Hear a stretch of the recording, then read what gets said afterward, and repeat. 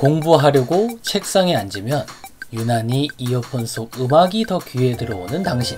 책 볼 때는 다 알 것 같은데 막상 시험을 보면 답이 눈에 안 들어온 당신. 공부를 하다 보면 특정 이슈에 꽂혀서 오늘의 진도를 다 못 나가는 당신. 공부할 거는 많고 의욕은 앞서지만 뜻대로 진도가 안 나가는 당신. 나는 역시 공부머리가 나쁘다며 자책을 하고 있지는 않은가요?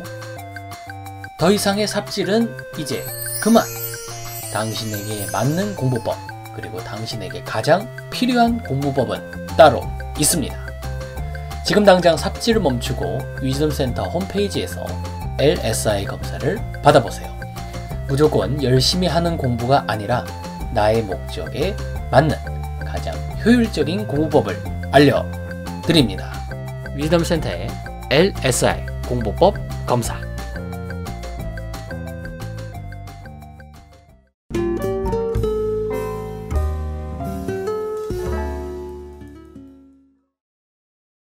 안녕하세요. 새로 찾는 21세기 심리학. 오늘은 심리학의 아버지들과 함께 마음 탐구의 역사를 살펴보려고 합니다. 설마 몇 년도에 누가 뭘 했고 이런 걸 외워야 하는 건 아니냐고요? 에이, 그런 걱정을 하고 계시다면 Don't worry. 심리학이 막 태동하던 당시 심리학자들은 과연 마음을 무엇이라 생각했었고 어떻게 마음을 찾으려고 했던 걸까, 여기에 초점을 두고 심리학의 역사에 대해 살펴볼 것이랍니다. 그럼으로써 지금 대학에서 가르치는 심리학은 왜 막상 내가 살아가는 데에는 별 도움이 안 되는지, 심리학 책을 아무리 읽어도 내 마음은 모르겠는 건지 오늘날의 현상까지도 이해할 수 있거든요. 뿐만 아니라 앞으로의 심리학은 어떤 방향으로 발전이 필요한지, 진짜 내 삶에 도움이 되는 심리학은 어떤 것인지도 알 수 있습니다. 과거, 현재, 미래를 아우르는 흥미진진한 마음 탐구의 역사의 이야기 시작해볼까요?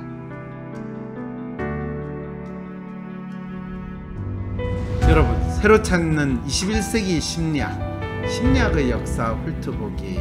지난 시간에 여러분들 심리학에서 마음이라는 것을 사람들이 어떻게 탐색을 하기 시작했는가 라고 했는데 몇 분이 참 좋은 질문을 했습니다. 과학이 나오기 전에 종교, 특히 우리가 기독교를 중심으로 하는 종교에서 안다라는 거, 믿음에 의해서 좌우된다라고 이야기를 했거든요. 너희에게 믿음이라는 것은 길이요, 진리, 생명이다라고 이야기하는 이 성경책에 있는 하나님의 말씀, 지식이라는 거, 이런 것들이 다 이루어졌다고 생각했는데 19세기 말 20세기에 과학을 통해 가지고 세상을 바꿀 수 있고 이제 종교를 대신해서 과학이 거의 절대적인 권위와 인간에게 있어 지식을 줄 수 있고 인간이 가진 문제를 해결할 수 있다는 이런 기대와 희망을 많은 사람들이 가지고 있는 이 시기에서 사실은 눈에 보이는 어떤 것을 통해 가지고 이것이 진짜 맞느냐 안 맞느냐를 확인해 볼 수 있는 것을 과학이라고 사람들은 생각을 했습니다. 더 중요한 건 이게 맞는지 틀리는지 내가 아는 거를 직접 만져보고 느껴보고 보여줄 수 있는 거, 이거를 이제 증명을 한다. 또 보통 과학적인 활동에서 용어를 사용하는 건 반증 가능성, 아니라는 것을 보여줄 수 있는 거, 이걸 이제 실정주의, 객관적 뭐 이런 이야기들을 다 사용하는 거는 어떤 절대적인 거를 무조건 믿지 말고 그에 대해서 끊임없이 질문을 던지고 의문을 가지고 그것이 실제로 그러한지를 따져보고 확인하는 것이 과학적 활동이다, 이렇게 되는데, 그럼 마음은 어떻게 과학적인 거로 탐색할 수 있습니까? 사람들은 자기 마음이라는 거를 어떻게 그러면 확인할 수 있는 방법은 뭡니까? 뭐 이런 활동들을 몇몇 이제 심리학자라고 이름을 붙일 수 있는 분들이 했는데, 그 대표적인 분이 1875년에 라이프니츠 대학에서 본인의 연구실, 실험실을 딱 만든 분트라는 분트 교수님이라고 불렀겠죠. 그와 비슷한 시기에 미국에서는 하버드 대학에서 윌리엄 제임스라는 사람이 생리심리학, 뭐 심리학인데 생물학적인 기초에서 인간의 마음에 대한 탐구라는 이런 제목으로 강의를 시작을 하게 됐어요. 그래서 공교롭게도 미국과 유럽 대륙 각각 다르게 대학에서 심리학이라고 현재 생각되는 과목이 강의가 시작되는 그 시점을 가지고 이 심리학이라는 것이 학문으로 등장을 했다라고 이야기하는데, 더 재밌기도 분트라는 분이나 윌리엄 제임스는 그 당시에 의과대학을 졸업해가지고 의사로서 사실 본인이 개업을 해서 환자들을 볼 수 있었는데, 집이 워낙 괜찮고 먹고 살만하니까 이 환자들을 보는 건 너무 찌질하고, 그리고 또 그런 힘든 일보다는 저는 좀 더 학문적인 학문에 힘쓰고 학문을 닦고 그렇게 하겠다라고 해서 지낸 분이 이제 심리학이라는 학문을 만들어냈는데, 유럽 대륙과 미국의 심리학이라는 학문이 형성되는데 결정적인 기여를 하는데, 그와 동시에 또 대학에서 교수가 돼가지고 또 대학 학생들을 대상으로 내가 연구도 하고 또 가르치고 싶은데, 그러기에는 먹고 사는 게 너무 힘들어. 특히 너 유태인이지, 그래서 너는 대학에서 자리를 못 얻는다. 연구원 어떻게 감히 유태인이 대학에서 연구를 해? 이런 상황이 있어가지고 그럼 저는 어떻게 해야 되나요? 야, 너 의대 나왔으니까 그냥 개원해가지고 환자들이나 봐. 이래서 그냥 할 수 없이 개원을 할 수밖에 없었던 또 사람이 있었는데, 그 사람이 여러분들이 아는 프로이드, 지그문트 프로이드가 되는 거죠.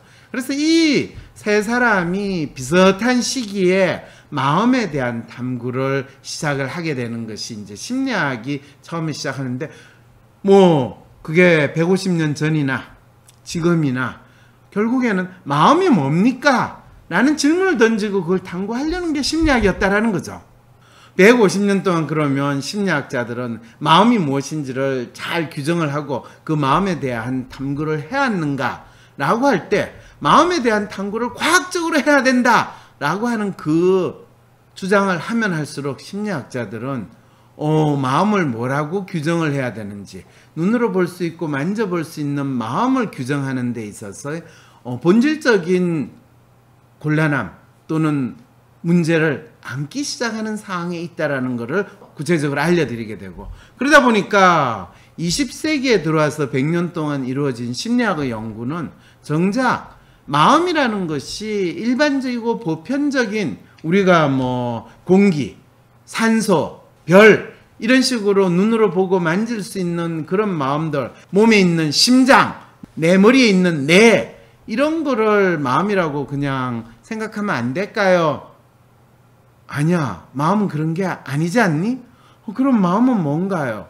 이런 혼란스러운 상황을 100년 동안 20세기의 심리학은 거쳐갔다.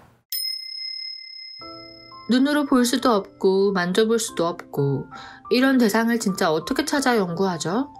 눈에 보이지 않는 산소는 18세기 후반 과학자에 의해 가열 실험을 하면서 질량을 측정하는 방법을 통해 발견되었고, X선은 19세기 말 음극성관 실험을 하던 중 발견되었죠. 당시엔 눈에 보이지 않는 마음 역시 이런 실험을 통해 찾아낼 수 있을 거라 기대했었을 것입니다. 분트의 실험실이 대표적이었죠. 분트는 직접 실험 기구를 제작해가며 자극에 따라 감각이 느껴지는 데에 얼마나 시간이 걸리는지를 측정했습니다. 1000분의 1초까지 측정할 수 있을 정도로 무척 정교했다고 하네요. 그런데요, 여기서 한 가지 중요 포인트. 자연 속의 물질들은 일반적이고 공통적인 법칙이 늘 작동하죠. 지금 내가 있는 곳의 산소와 지구 반대편의 산소가 서로 다르게 반응하지 않아요. 하지만 마음은 사람마다 모두 다르거든요. 100명의 사람들이 있다면 그 100명 모두 서로 다른 마음을 가지고 있는데, 일반적이고 보편적인 자연 물질을 찾을 때와 마찬가지인 방법으로 마음을 찾아보려 했다면 과연 그 실험 결과가 누군가의 마음을 잘 보여주고 있다 할 수 있을까요? 게다가 해부학이 발전하면서 마음은 우리 몸 안 어딘가에 위치해 있을 거라고 생각하고 찾다 보니 의사들에게 가장 눈에 띄었던 장기, 바로 뇌. 아무래도 뇌의 마음에 있는 것 같아. 이런 생각까지 이어지게 되었던 거죠. 이렇게 마음을 찾아 떠돌기를 언 100년. 20세기 심리학이 혼란스러울 만했네요. 그걸 저는 이제 심리학자들이 마음에 대한 탐구를 하다가 결국에는 마음을 잃어버린, 그래서 영어로 표현한 마인드리스한 상황에 빠진 것이 지난 100년의 심리학의 역사였다라고 하면 여러분들, 야, 심리학 참 공부하는 사람들은 어떤 측면에서 보면 참 극한 직업이겠구나. 자기가 공부를 하는, 자기가 탐구하는 마인드, 이게 뭔지 규정할 수 없는 채로 이 마음이라는 것은 객관적이고 눈으로 볼 수 있고 만져볼 수 있는 무엇으로 이 증명을 해야 돼. 그런 심리 상태로 자기 마음을 가지고 살아야 되는 건 아니었는가라고 혹시 여러분들이 상상을 해서 생각을 해보신다면 그게 대부분의 심리학자들의 심리 상태를 비교적 잘 추론한 거라고 할 수가 있어요.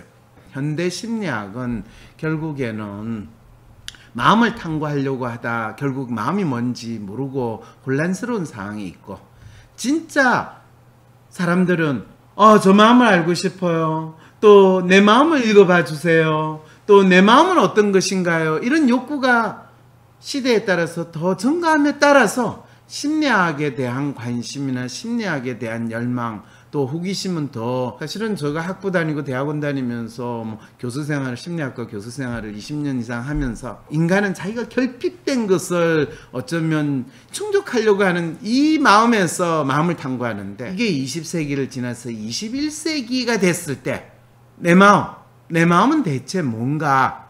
라는 질문을 여러분한테 다시 던지게 된다는 거죠.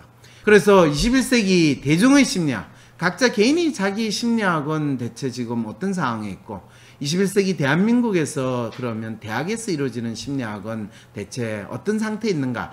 20세기의 심리학은 일반적이고 보편적인 인간 마음에 대한 탐구를 한다면, 21세기 심리학은 막연한 마음이 아니라 구체적으로 자기가 알고 싶어하는 어떤 문제나 이슈와 관련된 마음, 그것이 어떻게 나타나고, 또 어떤 사람이 자기 마음을 안다는 것은 그 사람에게 어떤 의미를 가지고 있는가를 정확히 인식할 수 있게 하는 것.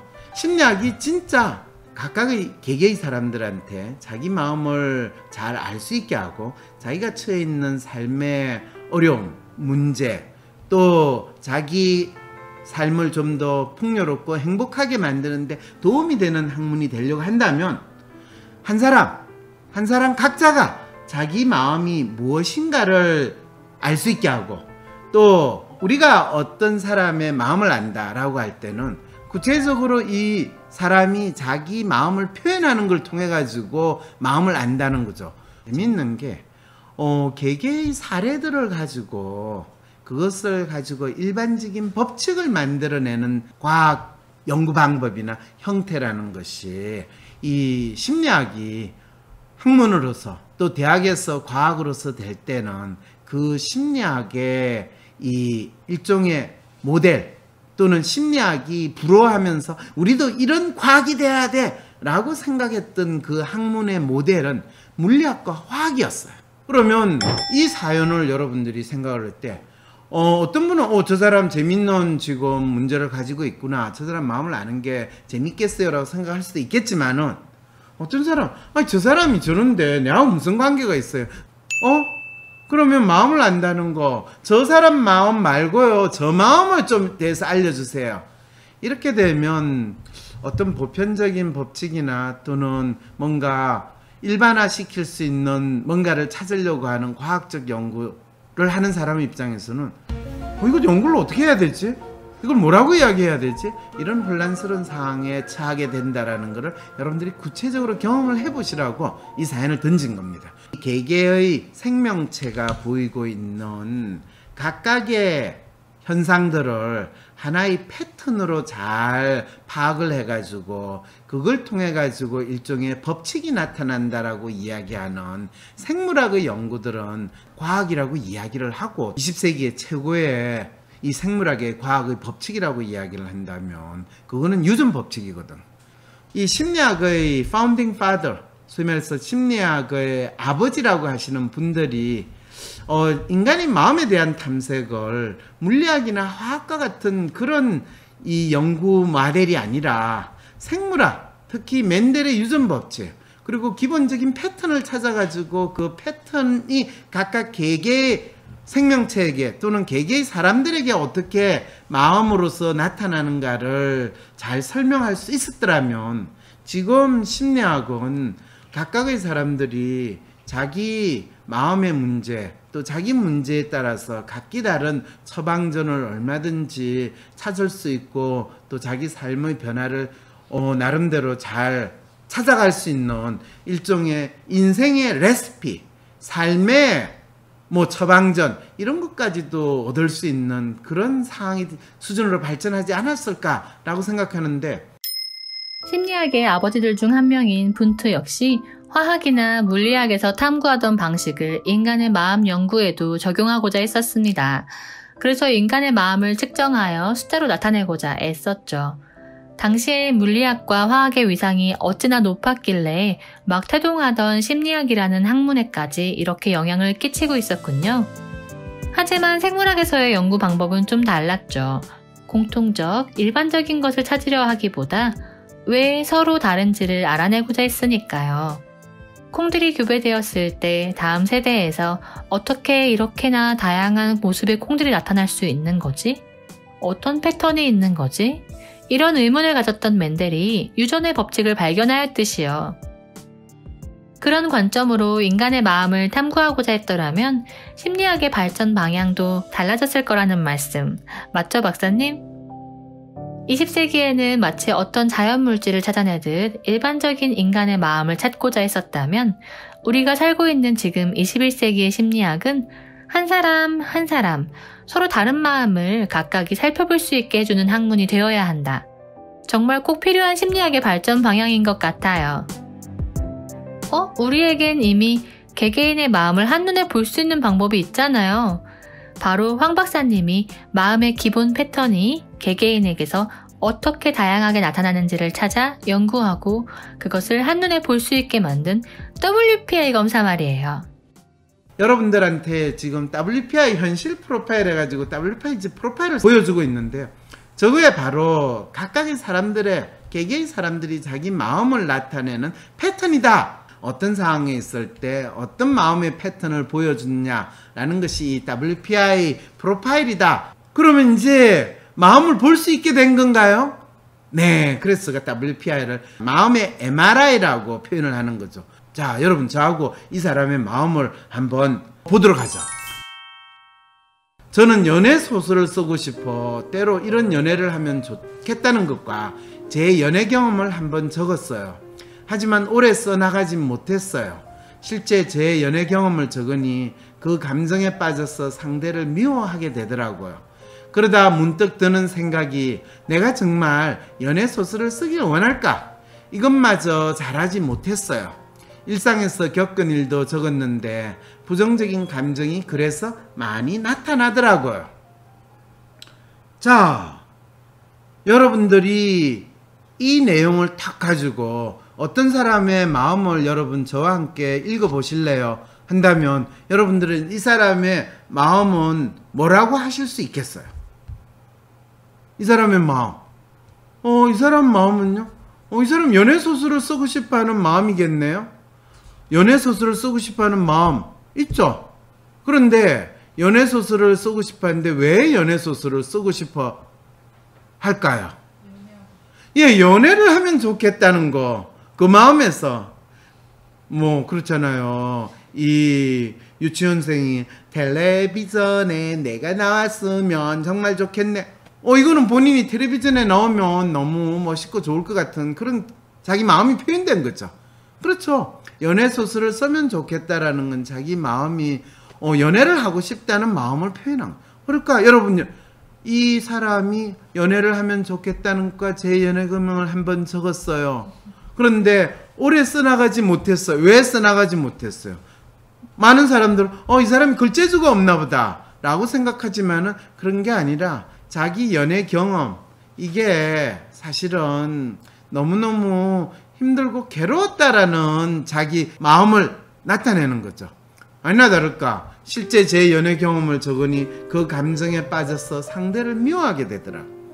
그러면 이 로맨 매뉴얼, 이 마음을 가진 친구는 자기가 원하는 것을 자기가 이루지 못할 때, 아, 내가 멋진 연애를 하지 못했구나. 그러면 멋진 연애를 못할 수도 있지 이렇게 생각할 수도 있지만, 그 나쁜 자식이 그 XX 때문에 이렇게 하면서 상대를 원망하거나 미워하는 이런 마음도 있다는 거 금방 생각해 볼 수 있는 거죠. 그러다가 문득 드는 생각이, 내가 정말 연애 소설을 쓰길 원할까? 이게 이제 자기 마음을 돌이켜보는 거, 리플렉션, 이게 있다는 거죠. 자기 리플렉션을 잘 하지 못했다라는 마음을 드러낼 수도 있고, 자기 자신에 대해서 자기가 돌아보는 것 자체가 너무 싫다라는 것도 나타내는 거죠. 그러면 자기를 부정하고 자기를 부인한다. 그래서 저는 이 로맨 매뉴얼 프로파일 있는 사람 보고, 되게 자기가 뭔가를 하고 싶은데 꾸준히 오래 잘 못하시죠. 그럼 어떻게 아세요? 어떻게 알기는 로맨 매뉴얼이 그런 마음을 가진 거는 이 패턴이에요. 패턴, 이렇게 이야기하는 거고, 그게 연애면 연애, 또는 본인이 공부면 공부, 또는 본인이 뭐를 만드는 거, 돈을 버는 거, 직장 다니는 거, 이게 그 사람한테 중요한 거에서는 항상 드러나거든요. 일상에서 겪은 일도 적었는데 부정적인 감정이 그래서 많이 나타나더라고. 결국은 자기 삶에 있어서 자기 마음을 들여다본다라는 것은 항상 자기 마음을 부정적으로 보고, 자기와 관계에 있던 다른 사람들한테 원망하는 마음이 많고, 이런 것을 일상생활에서 꾸역꾸역 해나가고 있다. 그래서 이런 프로파일 보시면 제가 탁 보고, 그 사람한테 참 힘들고 어렵게 사시네요. 이런 마음으로 사시는 게 너무 힘드시겠어. 그럼 어떻게 박사님이 저 마음을 이렇게 잘 읽어주세요. 이렇게 되는 거죠. 자, 그럼 이게 점쟁이가 아니라 마음을 있는 그대로 그 사람이 가장 관심을 가진 이슈로 가지고 마음을 읽어주는 거예요. 저는 지금 대학생이지만 지금 대학 과제를 하면서 어려움도 있었어요. 사실 하기 싫은 과제를 하면서 부담감도 크고 답답하고 몸도 아프고 무기력했어요. 어떻게 공부를 해야 할지 또 모르면서 막무가내로 교재와 강의 내용을 전부 외우려고만 했어요. 특히 서술형으로 쓰는 게 너무 어려웠고, 간단히 문제의 답만 적는 과제도 부담감을 크게 가지게 되고 답답했어요. 마음이 힘든데도 답을 찾을 때까지 한 번에 해치우려고 했어요. 그러다 코로나 사태가 발생하고 전부 과제로 대체가 되었어요. 과제는 분명 대충 했는데 점수는 잘 나왔어요. 할 거 하면서도 규칙적인 생활은 되지 않았고, 몸은 피곤한데 잠을 못 자서 아침이 됐어야 겨우 잠을 잘 수 있었어요. 자, 여러분들이 이 사연만 보면 이제 이 로맨 매뉴얼, 이 친구의 마음이 충분히 여러분 공감되시죠? 예, 대학생애가 대학 과제를 하려는데, 이 대학 과제를 하는 이 대학생의 마음은 고등학생이 그냥 무조건 해와가지고 시험 보는 마음으로 지금 과제를 하고 있어요. 아니면 내가 뭘 하고 있는가, 야 이게 참 재밌네, 왜 이런 과제를 냈을까, 여기에 대해서 질문을 이렇게 던지는 게 더 맞지 않나, 이 교수님은 대체 이런 실데없는 질문을 왜 학생들한테 줘가지고 굳이 학생들한테 이런 고민을 하게 만들까, 이런 자기 나름대로 상상의 나래를 펴면서 자기가 교수가 던진 질문에 그냥 수동적으로 대응하는 게 아니라 자기가 진짜 궁금한 거를 찾아나가는 그런 공부를 한다면, 이게 답답하거나 힘든 공부가 아니라 즐거운 탐색의 과정이 될 수가 있을 텐데, 그렇지 못하고 하죠. 사실 하기 싫은 과제가 돼버린 거야. 그러니까 자기가 뭔가를 하기 싫을 때는 부담감도 크고 답답하고, 그런 본인의 심리적인 이 부담감이 신체와 정서로 아주 뚜렷하게 일어나는 예민한 사람이다라는 것을 그대로 알려주고 있잖아요. 몸도 아프고 무기력했어요. 이 친구는 이 대학교에서 과제하는데도 이렇게 느끼는데, 만일 이 친구가 회사에 다니는 직장인이다. 그런데 상사가 던져준 과제를 하라고 그러는데 그거를 하기 싫을 뿐만 아니라 어떻게 해야 될지 모르겠고, 상사를 보고 있으면 갑자기 앞이 맹해지고 이러는데, 뭐 내용을 전부 외우려고 하면 본인이 자기한테 주어진 과제를 어떻게 잘 해결해야 될지 전혀 모르고 있고 자기가 처한 상황도 제대로 모르고 있다라고 이 사람의 처한 상황에 대해서도 또 읽어주게 되죠. 이게 그 사람의 마음을 읽어주는 거죠. 그럼 대학생은 대학생대로 거기에 맞게 읽어줄 수 있고 직장인이면 직장인대로 맞게 읽어주게 될 때 그것이 그 사람의 마음을 이야기하는데 이거를 일반적이고 보편적인 법칙으로 이야기를 한다면 또 그냥 누군가의 마음이라고 명시가 되지 않은 상황에서 마음을 탐색한다라고 하면 대체 뭔가 되게 혼란스럽겠죠. 와, 박사님, 어쩜 이렇게 이분의 마음을 속속 읽어주실 수 있으세요? 자, 여기서 우리들도 이 내담자의 마음을 읽기를 찬찬히 다시 한번 시도해볼까요? 인간이 가지고 있는 마음의 기본 패턴, 이 패턴이 모두에게서 똑같이 균일하게 나타날 리는 없다는 건 여러분도 이제 쉽게 이해가 되시죠? 왜냐하면 인간은 모두가 다르니까요. 이 내담자가 가진 패턴은 무엇일까요? WPA 프로파일을 통해 살펴보니 섬세하여 작은 자극에도 민감하고 감수성도 풍부한 로맨티스트 성향이라는 것과 함께 통념적인 틀, 규범을 준수하려 하고 있다는 것이 높은 매뉴얼로 나타나고 있어요. 이럴 땐 이래야만 해, 저럴 땐 저래야지. 이런 규범과 틀에 얽매이다 보면 자기 자신에 대해 자연스럽게 드러내는 것이 당연히 쉽지 않겠죠. 결과적으로 자기 감성을 억누르고 스스로의 행동에도 제약을 가하게 될 수밖에 없다는 게 그려져요. 한마디로 자신에 대해 부정하며 살아간다고 할 수 있겠네요.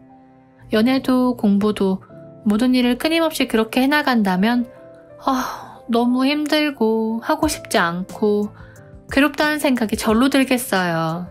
그래서 부정적인 감정이 그래서 많이 나타나더라고 적을 수밖에 없으셨겠군요. 이런 분께 통계적으로 연애를 할 때 대부분 남녀는 이렇다더라. 너처럼 예민한 사람은 뭘 해보면 좋다더라. 공부를 할 땐 이렇게 해야 된다더라. 하면서 이런 것들이 일반적인 법칙이니 너도 해보라고 들이민다면 자기를 부정하는 패턴 안에서는 남들은 저렇게 한다는데 왜 나는 안 되지? 하면서 자책만 더 늘어날 것 같은데요. 왜 심리학 책들을 아무리 읽어도 정작 내 마음의 문제는 해결되지 않는 건지 알 것 같네요. 심리학의 역사의 시작 19세기 말 20세기 초에 학문으로서 형성이 된 것이 당시에 심리학이 나오게 된 배경을 먼저 이해를 한다면 인간이 산업혁명을 거치면서 엄청난 물질적인 생산 능력이 키워지기 시작을 했잖아요. 그와 동시에 과학 활동이라는 것도 엄청 이루어지기 시작했어요. 그리고 중세에는 금지되었던 인간의 시체를 해부한다든지 어떤 생명체, 특히 인간에 대해서 탐색하는 것이 신이 만든 거를 손을 대면 안 된다는 거에서 드디어 인간을 과학적으로 연구한다. 그리고 그 과학적인 연구라는 것은 물리적인 토대를 확인한다라고 해서 인간의 신체를 해부하는 활동들이 이제 아주 일어나기 시작한 게 17세기, 18세기부터 이제 암암리 일어나기 시작하고 18세기, 19세기에는 그 자체가 의과대학이라는 걸 만들어지면서 거의 과학의 첨단에 있는 거로 생각을 하게 된 거죠. 우리가 아는 물리학, 과학의 많은 게 그 18세기, 19세기에 정리가 됐다라고 생각을 한다면 여러분들 그 시기에 과학이 인류에게서 주는 어떤 새로운 신으로부터의 자유, 독립 이런 것과 같이 연계되는 그 희망이라는 것은 엄청 달랐겠죠. 그게 이제 서구 문명의 틀에서의 이야기예요. 여기서 말하는 인간은 우리가 물리학의 법칙을 밝힌다라고 하고 과학의 어떤 원리를 파악한다고 하면 내 연구실에서 나온 법칙이 다른 연구실에서 그대로 재현이 돼야 돼요? 재현이 안 돼요? 재현돼야 돼요. 그거를 일반화라고 표현을 하고 보편성, 법칙이라는 말을 쓰거든요. 물리학과 과학은 바로 그 기본 원리에서 이루어져요. 그리고 그것이 과학이라는 것을 이야기할 때 재현 가능성, 검증 가능성 이런 용어를 쓰면서 과학이라는 것의 정체라고 이야기를 했거든요. 사람들은 객관성을 추구한다 라는 단어로 표현을 했어요. 네. 그런데 마음을 연구할 때는 어떻게 해야 돼요? 내 마음이 네 마음하고 같아야 돼요? 다르다고 해야 돼요? 다르다고 해야 되는데 같다고 생각하고 연구를 많이 해야 되죠. 그러면 내 실험실에서 연구한 그 마음의 법칙은 다른 실험실에서도 그대로 일어나야 되죠. 네. 마음을 그렇게 만든다는 거는 마음 자체가 객관화될 수 있느냐 없느냐 이 문제를 먼저 가지고 있는 거죠. 네. 마음을 객관화한다는 게 뭔가 이런 질문부터 시작해요. 내 마음을 객관화한다라는 게 무슨 말이에요? 내 마음을 객관화한다. 어떻게 하면 내 마음을 객관화할 수 있을까요? 어떻게 해야 되죠? 마음이라는 건요, 실제로 객관성이 있는 게 아니라 주관성이에요. 마음은 주관성 그 자체예요. 그래서 그거를 제가 뭐라고 표현했냐면 마음은 주관성 그 자체인데 과학으로서 인간의 마음을 연구한다라고 할 때는 보편성, 일반성에 기초한 인간 심리를 찾으려고 한다는 거예요. 그래서 생리적인 작용, 그거는 생물학에서 찾는 생리적인 작용을 찾으려고 하고, 지각, 인지, 기억, 이거는 모든 사람들에게 있어 보편적으로 나타나는 지각, 인지, 기억 현상에 대한 기계적인 인간의 기능을 탐색하려고 하는 것이 바로 19세기 중후반부터 만들어진 심리학의 기본적인 활동이었다라고 이야기를 하게 되는 거죠. 그럼 거기서 심리학이 어떤 문제가 발생을 해요? 원래 주관성인 심리학 그 마음을 객관성으로 바꿔야 되는 변환 과정을 거치는 절차와 활동을 하지 않으면 안 되는 문제를 처음부터 심리학자들이 가지기 시작하는 거예요. 그 당시 처음에도 마음이라는 것이 주관성이 있다는 것을 인정을 하고 시작하는 건가요? 그걸 안 했죠, 당연히. 인정하면 못하는 거죠. 그렇죠. 할 수 없는 거예요. 그러니까요. 바로 여기서부터 처음에 마음이 주관성이라는 것을 인정을 안 하면 그 다음부터 뭐를 주장할 수 있어요?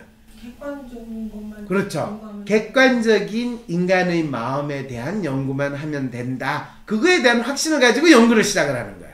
이 분터도 나중에는 죽을 때가 돼서 사회심리학, 민족심리학 이런 거를 글을 쓰고 이야기를 했어요.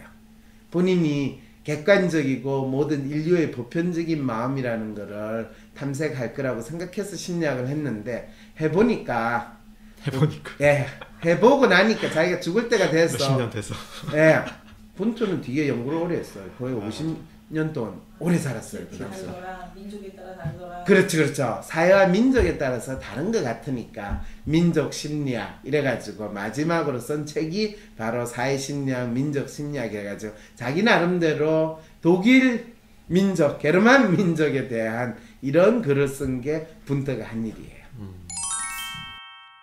심리학 개론을 들으니 이런 보편적 진리 같은 내용을 많이 설명하던군요. 네, 바로 그래요.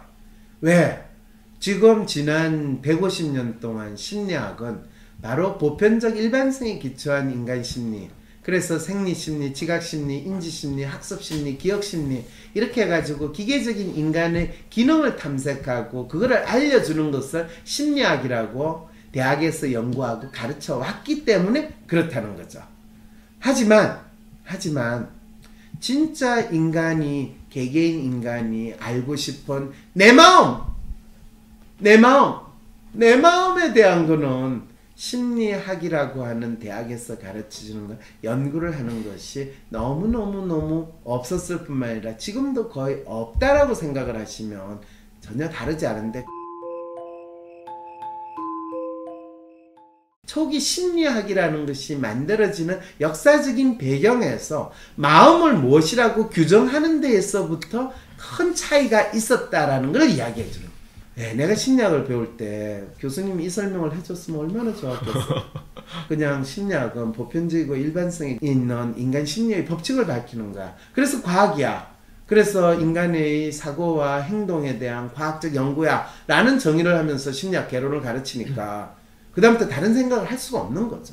왜? 내 마음을 내가 제대로 파악을 못하지? 이런 말도 안 되는 행동이 왜 일어나지? 어떻게 이런 일이 벌어질 수 있을까? 이런 질문을 던지면서 이제 마음에 대해서 연구하는 그 마음이 같은 마음이 아닌가벼 이런 거를 이제 알게 되는 거죠. 그래서 개인의 다양한 차이를 아는 심리. 내 마음이 뭐예요? 내 성격이 뭐예요? 제가 어떻게 살아야 될까요? 어떻게 사는 게 저한테 맞나요? 어떤 직업이 저한테 맞나요? 왜 저는 저 사람하고 잘 못 지내나요? 내 부모하고 내가 잘 지내려면 어떻게 해야 되나요? 우리 부모는 대체 어떤 사람인가요? 왜 내 자식의 마음이 왜 내 마음하고 다른가요? 이렇게 각각의 사람들이 자기 자신의 마음에 대한 질문을 던질 때 그때 마음은 150년 동안 대학에서 심리학자들이 연구했던 마음이 아니라 각각의 사람들이 개개인적으로 가지고 있는 본인의 주관성이라고 하는 마음이고, 그 마음이 표현되는 것은 성격이라든지 발달이라든지 우리가 사회생활에서 표현되거나 내가 교육을 받거나 교육을 할 때 각각의 사람들이 각기 개성을 살리고 소질과 적성을 개발한다 할 때 마음, 그 다음에 인간관계에서의 마음의 아픔할 때 내 마음이 아프지, 네 마음 아픈 거는 내가 옆에서 아이고 안 됐다라고 이야기하지만 네 마음이 찢어지고 네 창자가 찢어지고 네 마음이 쪼개지고 하더라도 내 손가락 불편한 것보다 신경을 안 쓰게 되는 그 마음, 그럴 때 하는 마음은 철저하게 주관성을 이야기하는 거예요. 대학에서는 가르칠 때는 그것마저도 일반적이고 보편적인 법칙 안에서 가르쳤어. 그리고 심지어는 뭐 인간 개조, 개발 이러면서 자기 개발서 이런 거는 거의 다 보편적이고 공통적이고 일반적인 심리 법칙을 이것저것 짜집게 해가지고 이렇게 하면 성공한다, 이렇게 하면 돈 번다, 이렇게 주장하는 그 프레임이 어중간하게 섞여 있는 상황이 된다는 거죠.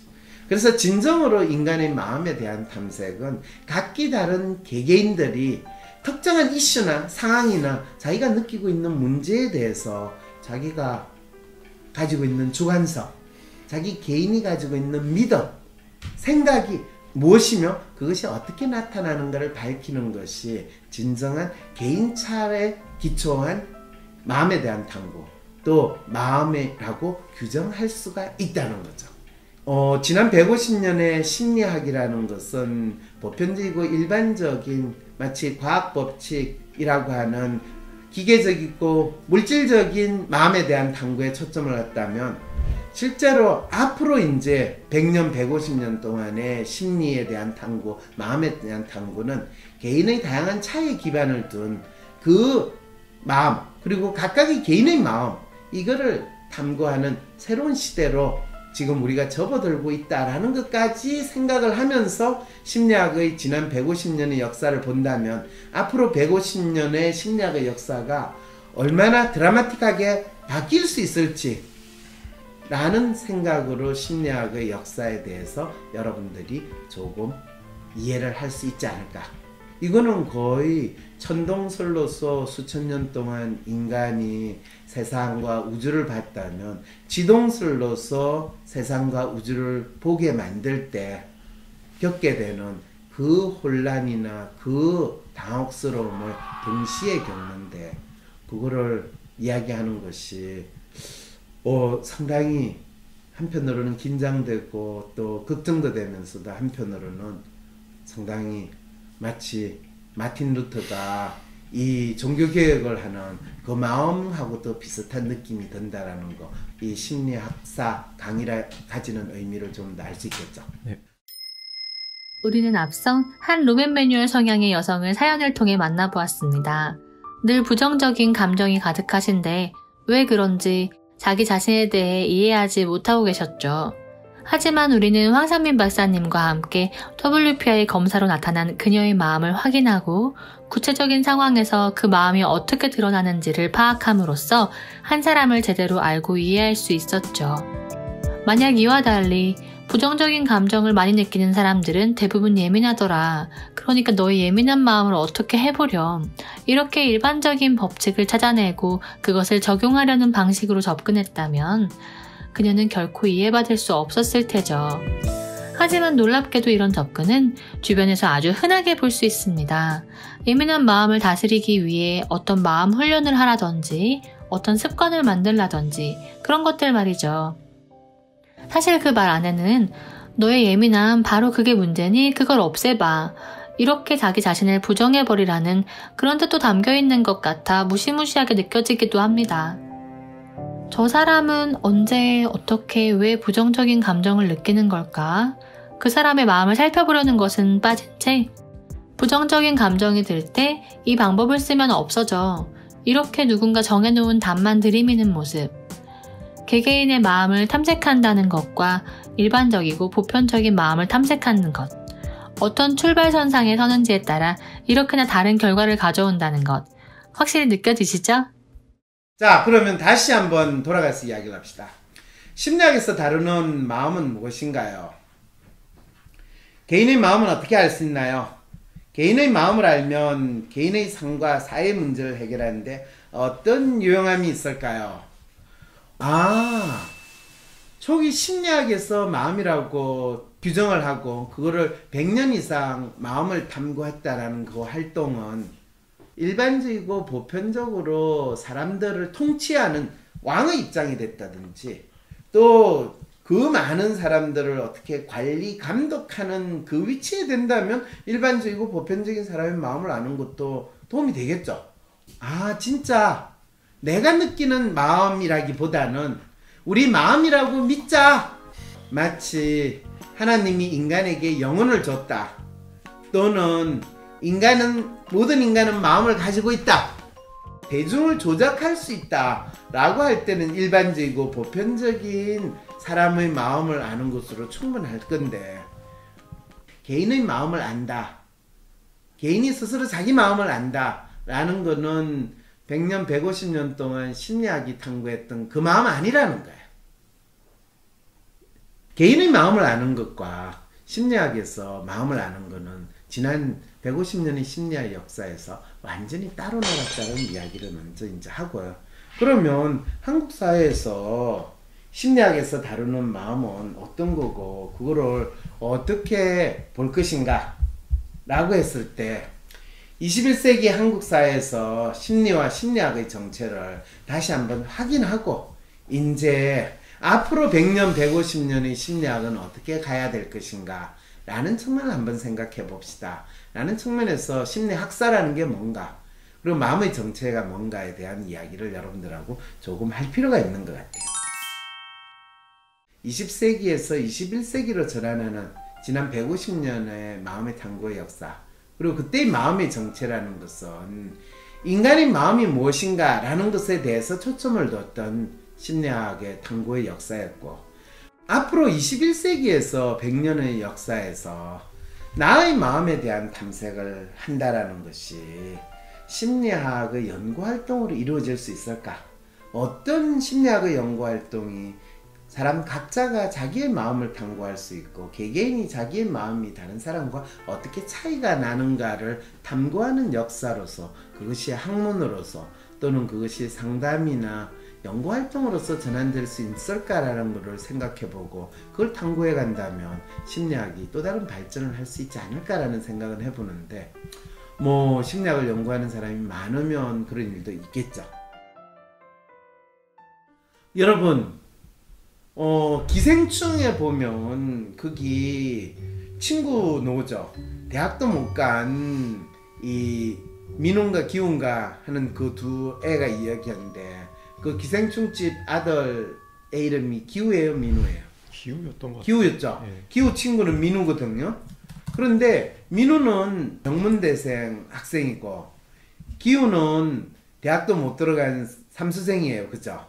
그런데 민우가 그 어리어리한 그 집의 딸 다혜 가정교사를 하다가 본인이 1년 동안 연수 가는데 그 다혜 화해 선생을 기우한테 맡겼어요. 왜 다혜 과외 선생으로 맡겼을까요? 친한 친구. 친한 친구니까. 얘는 믿을만하다. 믿는다는 건 믿는다는 건 뭘 뜻하는 믿음일까요? 잘 가르칠 것 같다. 잘 모르겠어요. 아니 지금 대학을 못 들어가 삼수하는 애가 자기 여자친구로 삼고 싶은 애를 맞아. 잘 가르친다는 지금 게 기억나. 그래서 얘는 쟤를 여자로 보거나 손찌검하지 않을 것이다. 그렇죠. 자기 학교에 있는 공대생들은 넉대같이 다혜한테 직접 그릴 수 있을 텐데 기호 니는 그러지는 않지 않겠냐? 그렇지 않지 않겠냐라는 거는 어떤 뜻이에요? 어떤 뜻이죠? 어떤 뜻이죠? 기호의 상황에 대해서 당신이 보고 느끼는 대로 이야기해 보세요. 기호는 어떤 사람이죠? 학벌도 별로고 좀 한마디로 찌질한 애가 감히. 그렇죠. 그럴 수 있겠냐? 그렇죠. 그러니까 일 믿고 내가 다혜 가정교사로 소개시켜 줄게. 그게 기호 친구의 마음이었다면 이 친구는 누구를 위해서 지금 이 가정교사를 소개시켜 줄까? 자기를 위해서. 자기를 위해서. 네. 그러면 이 친구는 다혜를 사랑하는 마음일까요? 아닐까요? 기우 친구 민호가요? 네, 민호는. 좀 좋아하겠죠. 왜 좋아할까요? 왜 좋아요? 부잣집이라서? 부잣집 딸 이뻐. 네. 네. 그래서 좋아하는 거예요. 네. 진정으로 그걸 우리는 좋아한다고 할 수 있을까요? 없을까요? 아니 뭐 그것도 좋아하는 거죠. 네. 이제 여기서부터 우리가 인간성에 대해서 다르게 생각을 해볼 필요가 있는 거죠. 이 민호에게 있어서 좋아한다라는 건 뭘 뜻하는가요? 그리고 민호가 바라보는 다른 친구나 인간이라는 건 어떤 사람인가 라는 거에 대해서 아주 징글징글한 리얼의 원단 또는 휴먼의 원단의 모습을 우리는 찾을 수 있다는 거죠. 진짜 민호는 다혜를 좋아하는 거 맞나요? 이제 여기서부터 갑론을박이 펼쳐질 거라는 거 뻔하겠죠? 진정으로 좋아했다면 제대로 된 과외 선생을 붙여줘야지. 아니다, 좋아하면 그럴 수 있지. 이도 저도 아니고 민호는 다혜 부모님의 돈을 좋아하는 것이다 등등 영화의 한 장면만 보고도 이렇게나 다양한 의견들이 나올 수 있다는 것에 새삼 놀라게 됩니다. 역시 인간의 마음은 모두 달라요. 자, 그런데 우리 의견은 잠시 접어두고요. 민호 개인의 마음을 집중적으로 살펴본다면 어떨까요?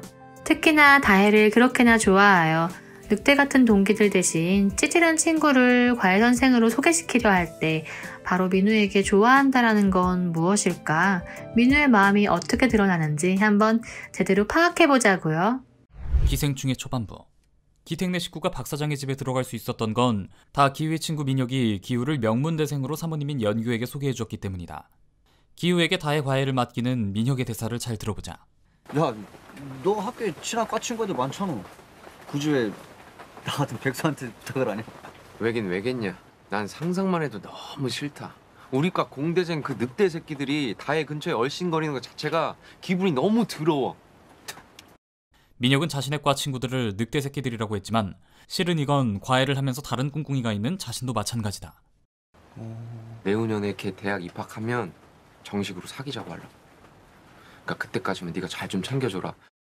민혁은 유유상종으로 자신과 비슷한 브릴리언트한 친구들보다는 일부러 별 볼 일 없는 녀석인 기우를 소개해준 걸로 볼 수 있다. 기우는 애초에 자신의 것을 넘볼 수조차 없는 수준에 불과하니까. 너라면 내가 진짜 믿고 떠날 수 있다. 대사의 의미 그대로 민혁은 표면적으로는 사랑하고 있는 다혜를 다른 녀석들에게 빼앗길까봐 하는 걱정되는 마음으로 기우를 다혜에게 소개해주는 것 같지만 상식적으로 다혜를 사랑하고 정말 다혜의 미래를 위한다면 다혜를 속이면서까지 이런 허접한 가짜 과외 선생님을 소개해줄 리가 없다. 다혜는 그저 수단에 불과하고 목적은 따로 있다. 그 집 사모님이 뭐랄까. 사모님이 심플해. 영애는 심플. 몰라, 아무튼 좋아. 난 좋았어. 뭐가 좋았단 건지는 모르겠지만 보통 과외 학생 어머니를 좋다고 거듭 강조하며 말하진 않는다. 또 사모님은 좋은 분이셔라는 표현이 아닌 좋았다라는 표현을 쓴 것도 조금 부자연스럽다.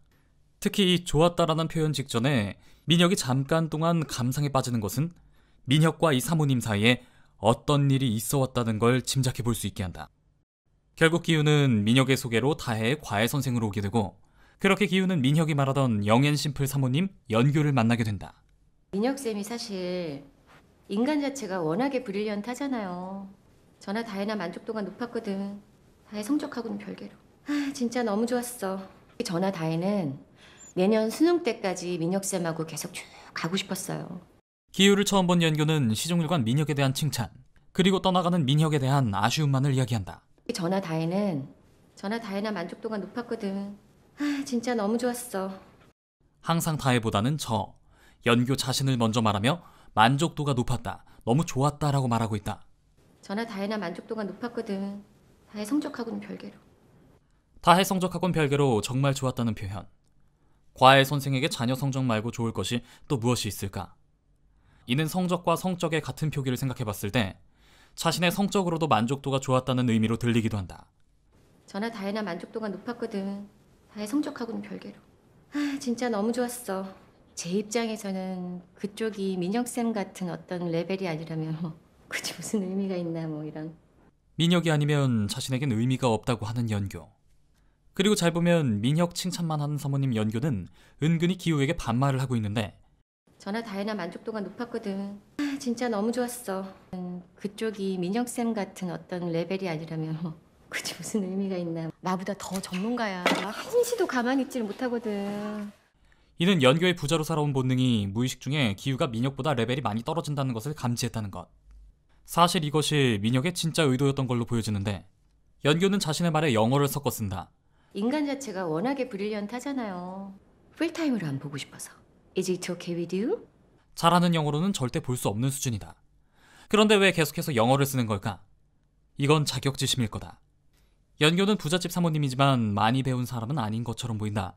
아마 처음부터 부자는 아니었고 돈 많은 남편을 만나 부자가 된 게 아닐까 생각해 볼 수도 있는데 상류층이 되었지만 가진 거라곤 미모밖에 없어 배움에 대한 자격지심이 남다르기에 무시당하지 않기 위해 짧은 영어를 계속해서 섞어 쓰는 것이고 또한 같은 이유로 명문 학교의 이름에 약한 것이다.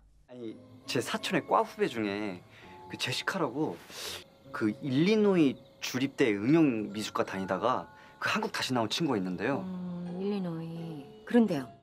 민혁은 사모님을 심플하다고 했다. 사모님이 심플해. 영애는 심플. 여기서 말하는 심플은 바로 연교의 이런 컴플렉스적인 부분이라고 보여진다. 만약에 기우가 아닌 민혁과 같이 실제로 브릴리언트한 학생이 다혜의 과외 선생으로 가게 된다면 배움에 대한 컴플렉스가 있는 사모님 연교는 그 브릴리언트함에 또 심플하게 넘어가 버릴 것이 뻔하기 때문. 애초에 민혁이 기우를 소개해준 건 기우에게 말한 것처럼 새로운 과외 선생과 다혜가 가까워지지 않았으면 하는 바람이 아니라 심플한 연교가 새롭게 올 과외 선생의 브릴리언트함에 넘어가지 않았으면 하는 바람이었다 볼 수 있다. 과외비를 봉투에 넣는데 일부를 빼는 것은 습관적으로 민혁에게 약속한 과외비 그 이상을 주고 있었다는 건데 이는 과외 선생과 과외 학생 어머니 사이 이상의 각별한 관계였던 민혁을 연교가 더 챙겨줬다는 것을 의미한다. 일개 뇌피셜 유튜버의 망상에 지나지 않을 것만 같은 이 내용들은 HBO에서 제작 예정인 기생충 드라마에서 제대로 그려질 것이라 봉준호 감독이 예고한 바 있다. 영화에서 민혁과 부잣집 사모님 연교에 미묘한 뉘앙스가 있었지만 이는 2시간짜리 영화에서 다 이야기할 수 없었고 이를 HBO 드라마판을 통해 풀어낸다는 것.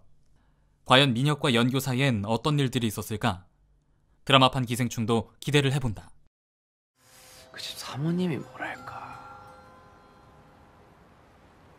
사모님이 심플해. 영애는 심플. 그래서 자기보다 못한 사람이라고 생각하는 친구 기우한테 심지어는 학벌까지 속여가면서 자기가 사랑한다고 믿는 그 여자의 가정교사로 넘겨주는 이 사람의 심리, 마음 얼마나 징글징글해요. 그리고 그 친구한테 선물을 줘요. 뭘 줘요? 수석, 돌을 줘요. 그 돌을 왜 줘요? 이 돌 가지고 있으면 돈이 생긴단다 라고 믿는 거.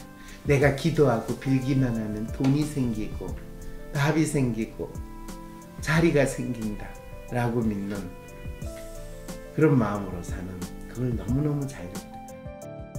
그렇군요. 민우가 친구 기우를 과외 선생으로 소개시켜주려 했던 것은 새로운 과외 선생과 다혜가 가까워지는 것이 싫어서라기보다 사모님 연교를 의식한 행동이었네요. 민우의 연교에 대한 마음은 사모님이 심플해, 영앤 심플이라는 말에서 이미 드러나고 있었어요. 한마디로 쉽게 넘어가는 사람. 돈을 생기게 해준다는 수석을 친구에게 선물로 주는 민우의 행동에서도 민우는 어떤 가치를 중요하게 여기며 살아가고 있는지 그 마음이 고스란히 드러납니다.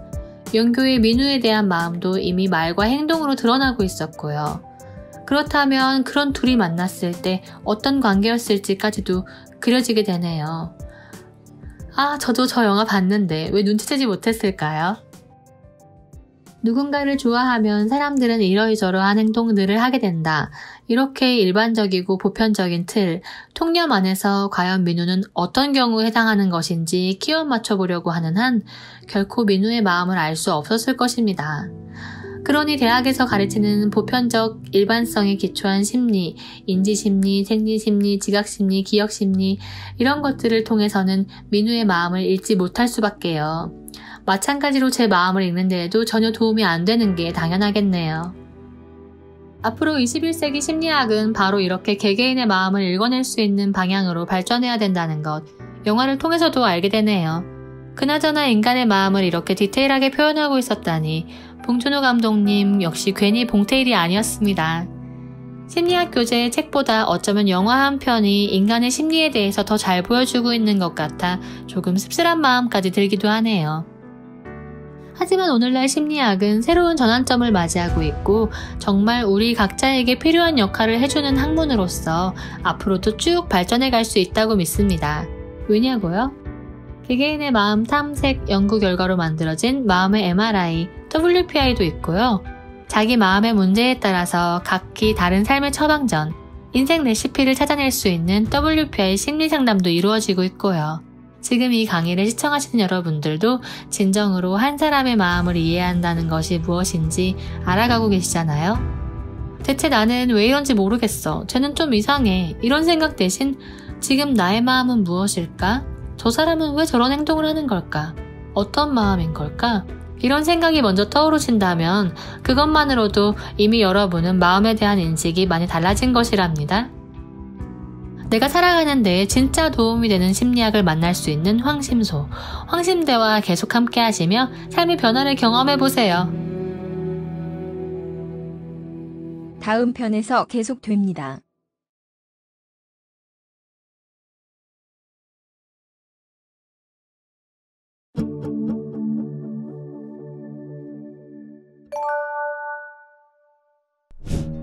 제가 이제 요가 강사로서 일을 하고 있었는데 하면서 내가 이 일을 앞으로 하고 싶은데 뭔가 방향을 잃은 느낌? 앞으로 어떻게 해야 발전하는 그런 사람이 될 수 있을까?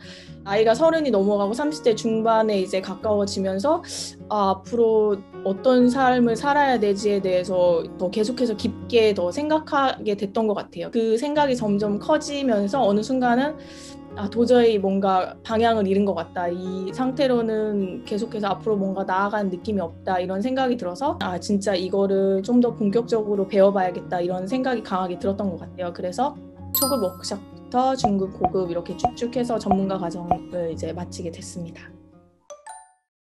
안녕하세요. 지금 호주 시드니에 거주하고 있고 요가를 가르치고 있는 요가 강사 박미경이라고 합니다.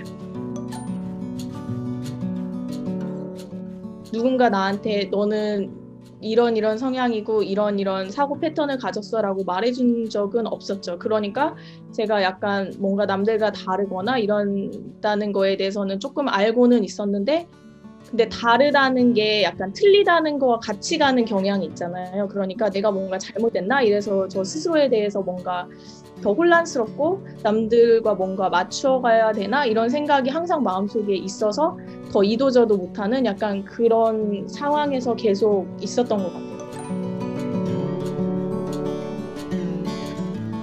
스스로에 대한 이해나 이런 부분이 조금 더 늘어날수록 또 주변 사람들을 보는 시각도 많이 변하게 되더라고요. 예전에는 어떤 사람이 어떤 행동을 했을 때 저 사람은 왜 저런 행동을 하지? 그냥 막연히 이렇게 생각했다면 지금은 그 사람의 마음 작동에 의해서 저런 행동을 하는구나 하면서 조금 더 넓은 시각으로 상대방을 이해하게 된다는 거.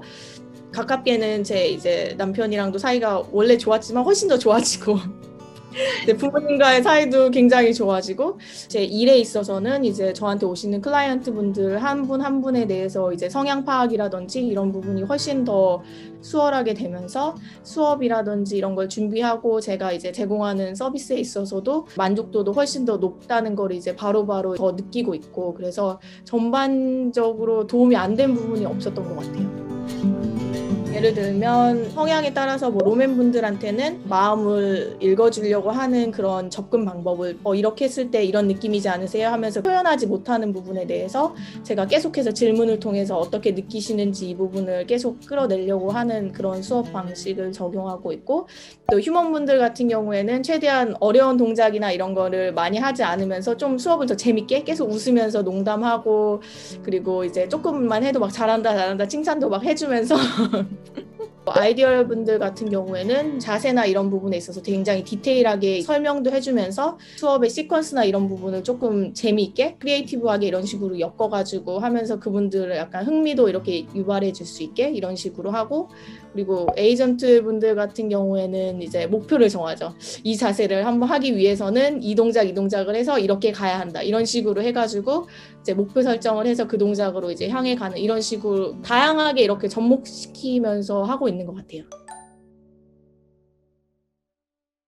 시간적인 면에서는 전혀 부담이 없었고, 그리고 편한 시간대에 이제 들을 수 있기 때문에 아래는 파자마 입고 뒤에는 제 가디건 걸치고 편안한 차림으로 들을 수 있었던 것 같아요. 그래서 시간적인 부분이라든지 장소 이런 거에 구애 없이 이제 원하는 공부를 할 수 있다는 게 굉장히 큰 장점이었던 것 같아요. 그래서 사실 지역이나 이런 거 문제 없이 그 내가 원하는 이런 고급 정보에 대해서 배울 수 있다는 게 진짜 너무 좋은 기회였던 것 같아요. 아, 이게 진짜 굉장히 인간의 마음에 대해서 과학적이고 논리적인 사고를 통해서 접근하는구나. 제가 가야 될 방향성이라던가 그런 부분에 있어서 굉장히 뚜렷해졌고, 막연하고 불안했던 마음들도 굉장히 많이 없어졌던 것 같아요. 근데 이 과정이 사실 중간 어떤 한 과정만 딱 들을 수 있는 게 아니고 초급 들어야 중급 들을 수 있고 이렇게 하나하나 한 단계 한 단계 이렇게 밟아가는 과정으로 설계가 돼 있잖아요. 그래서 굉장히 잘 설계된, 조금 더 WPI에 대해서 깊게 이해하는 그런 재미가 굉장히 있었던 것 같아요. 그리고 이제 내담자하고 상담 실습을 하고 나서 녹취를 하잖아요. 제가 쓴 말 하나하나를 다 타이핑을 해나가는 그 과정이 제 민낯을 저 스스로 이제 마주하는 그런 과정이라고 해야 될까? 저 스스로를 진짜 이렇게까지 파헤쳐서 본 적 있을까? 이런 생각이 많이 들어요. 그래서 그 녹취하는 과정이 정말 저 스스로를 또 이해하고 하는 부분에 있어서는 가장 도움이 많이 되지 않았나 이렇게 생각합니다. 지방에 계시거나 또는 해외에 계시거나 이렇게 지역적으로 멀리 떨어져 있으신 분들도 주저하지 말고 하셔도 될 것 같다. 온라인으로도 시스템이 굉장히 잘 돼 있고, 그리고 저희가 수업할 때 줌으로 이제 다 모여가지고 하기 때문에 요즘에는 이제 재택근무도 많이 하잖아요. 코로나 때문에 해도 다 온라인 수업으로 하고 그것과 뭐 별반 다르지 않은 것 같아요. 그래서 지역이나 시간 이런 것 때문에 고민하시는 분들이라면 정말 강력하게 추천해 드리고 싶습니다. 개인적인 바람은 해외에 거주하시는 분들이 조금 더 많이 WPI를 하셨으면 좋겠다 이런 생각을 많이 들어요. 왜냐하면 주변에 여기 호주에서 태어나서 자란 친구들이라든지 이런 분들도 검사를 다 시켜보면은 절대 이게 한국인의 특성만을 보여주는 검사가 결코 아니고 그 누구에게도 다 적용될 수 있고, 세계 어느 곳곳에서도 이제 WPI가 퍼져나가서 적용되는 그런 걸 한번 보고 싶은 개인적인 소망이 있습니다.